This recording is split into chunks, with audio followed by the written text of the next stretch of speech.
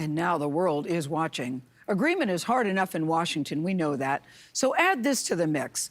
A presidential election at a time when the nation is more politically divided than it has been in decades. That said, we're all going to the polls in November. We asked the White House for an interview for this broadcast. They declined.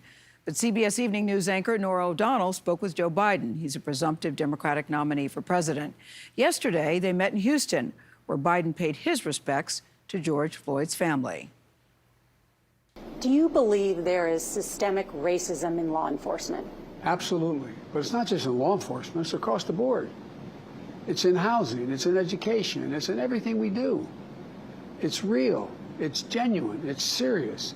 Look, not all law enforcement officers are racist. My Lord, there's some really good cops out there. But the way in which it works right now, we've seen too many examples of it. Do you support defunding the police? No, I don't support defunding the police.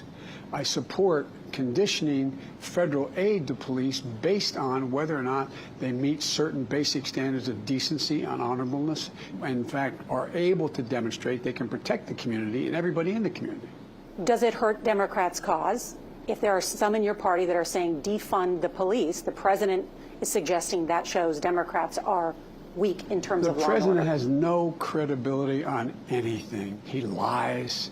He's the first person anyone can think of in modern history who's taken regular military officers and had them move against peaceful demonstrators, causing 4 former chiefs of staff to say, this guy's bad, this guy's wrong, he should just stop. Let's talk about the new proposal that the Democrats in Congress have just proposed. Let me go through some of the elements of that bill and ask whether, yes or no, you support them. Lynching as a federal hate crime. Yes, it should be a federal hate crime. Creating a national police misconduct registry. Yes, but as I understand the registry, the police have a requirement to, where there's use of force against an individual and or a police officer, it gets reported to the Department of Justice, so there's an ongoing file. As you know, the cop who allegedly killed George Floyd had some 18 or so complaints against him. That's the example of what I'm talking about. Shouldn't that information be public? Yes, it should. And do you support a federal ban on chokeholds? Absolutely, positively. You know, I'm asking about this because many people are looking at what has happened to George Floyd and said, where's the change? Where's the policy? What specifically, as President of the United States, will you do to end systemic racism? Oh, well, I tell you what, I've laid out a whole plan to how I would do that. Number one, you have to start off by insisting that the police departments meet a national standard of what constitutes policing that is appropriate. And all police departments are going to have to adopt it. We'll put together a commission to do that.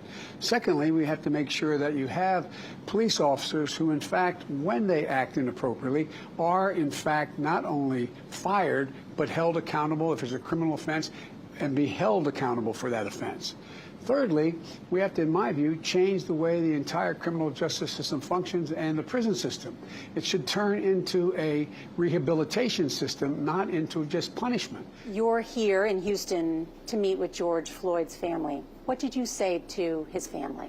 Jill and I talked to him about, it's hard enough to grieve, but it's much harder to do it in public. It's much harder with the whole world watching. We're an incredible family. His little daughter was there. The one who said, Daddy's going to change the world. And I think her daddy is going to change the world.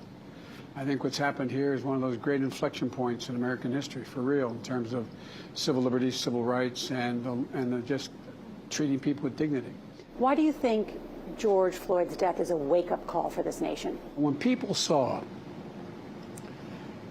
George's face being pushed against with his nose almost being broken and being held off for 8 minutes and 42 seconds, whatever it was exactly, they said, oh my God, this is happening. And all the people coming forward. But you know what they told me? They told me how they were encouraged by the fact that the protests here in Texas and other places, all the young white men and women marching with young black men and women, almost as many. It's going to change.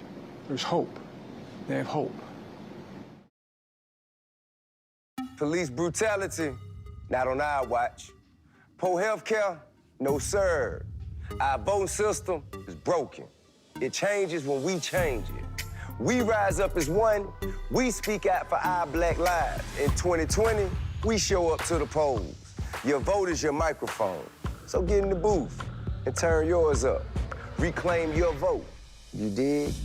Go to BET.com/reclaimyourvote for more on how to register. Racism has been called America's oldest sin, dating back to slavery. We, the people, have been dealing with the painful consequences ever since.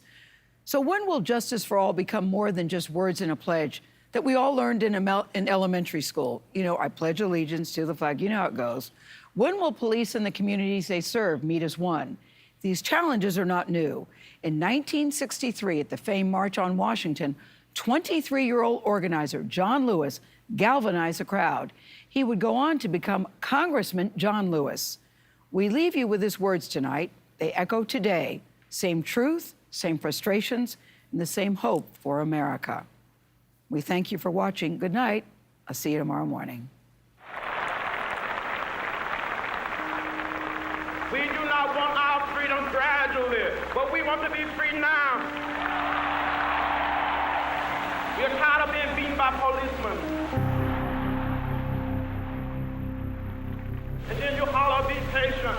How long can we be patient? We want our freedom, and we want it now. Wake up, America. Wake up.